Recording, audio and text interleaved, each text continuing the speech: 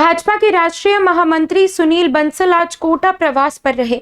इस दौरान उन्होंने झालावाड़ रोड पर निजी होटल में मीडिया संवाद कार्यक्रम में प्रधानमंत्री नरेंद्र मोदी के सुदृढ़ नेतृत्व में राष्ट्र सेवा को समर्पित केंद्र की भारतीय जनता पार्टी सरकार के सफल, गौरवमयी एवं जन कल्याणकारी 12 वर्ष की उपलब्धियों को गिनाया।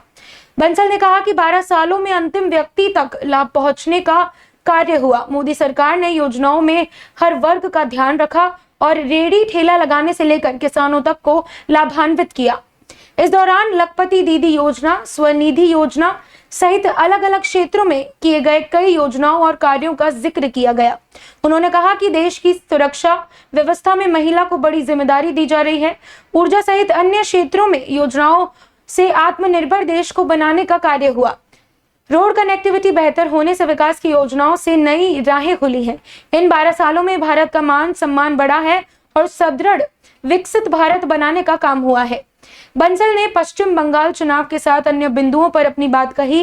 इस दौरान मंत्री हीरालाल नागर, मदन दिलावर, विधायक संदीप शर्मा, कल्पना देवी, पूर्व विधायक चंद्रकांता मेघवाल, पूर्व महापौर ज्योति खंडेलवाल के साथ बीजेपी के अन्य पदाधिकारी उपस्थित रहे।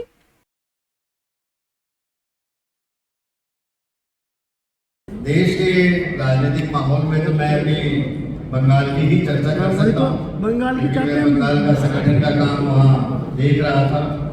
बंगाल में एक बहुत बड़ा राजनीतिक परिवर्तन आया है और राजनीतिक परिवर्तन बंगाल में नहीं आया, उसका प्रभाव पूरे देश की राजनीति पर भी दिखाई दे रहा है। और मैंने पहले कहा कि आज पूरे 22 राज्यों में एनडीए की सरकार है और माननीय मोदी जी के नेतृत्व में जिस प्रकार से आज अब देश की राजनीति, यानी पहले चाहे किसी भी प्रकार की राजनीति इस देश में चलती, लेकिन अब राजनीति का एक थोड़ा कल्चर बदला है।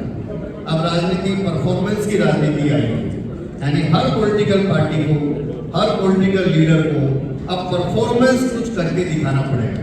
सांसद जो छोड़कर टीएमसी को आए हैं, वो उन्होंने टीएमसी को छोड़ा है। टीएमसी को छोड़कर उन्होंने एक दूसरी पार्टी में विलय किया है। बीजेपी, जो आपने कहा बीजेपी ज्वाइन किया है, ऐसा बीजेपी ज्वाइन नहीं किया। उन्होंने एक दूसरी पार्टी ज्वाइन करके और एनडीए को बाहर से समर्थन दिया। उसका मूल कारण यह है कि पिछले लगभग 50 साल से वहां लगभग 35 साल कम्युनिस्टों की सरकार रही, 15 साल टीएमसी ममता बनर्जी उनकी सरकार रही।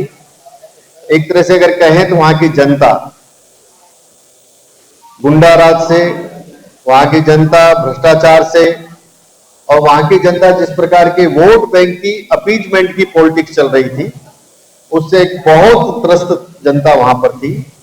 और उसके कारण से जनता ने पहली बार 93% वोटिंग, यानी शायद भारत के इतिहास में इतना बड़ा कभी किसी स्टेट इलेक्शन में वोटिंग नहीं हुआ जितना बंगाल में हुआ। तो यही एक जनता के मन के आक्रोश को दिखाता है कि कैसे जनता निकल करके वोट किया है। तो मैं मानता हूं कि जनता वहां की बदलाव चाहती थी और बीजेपी ने वहां मोदी जी के नेतृत्व में एक अच्छा प्रयास किया, एक अच्छी स्ट्रेटेजी बनाकर काम किया, तो एक अच्छे मार्जिन से हम लोग जीत करके आए।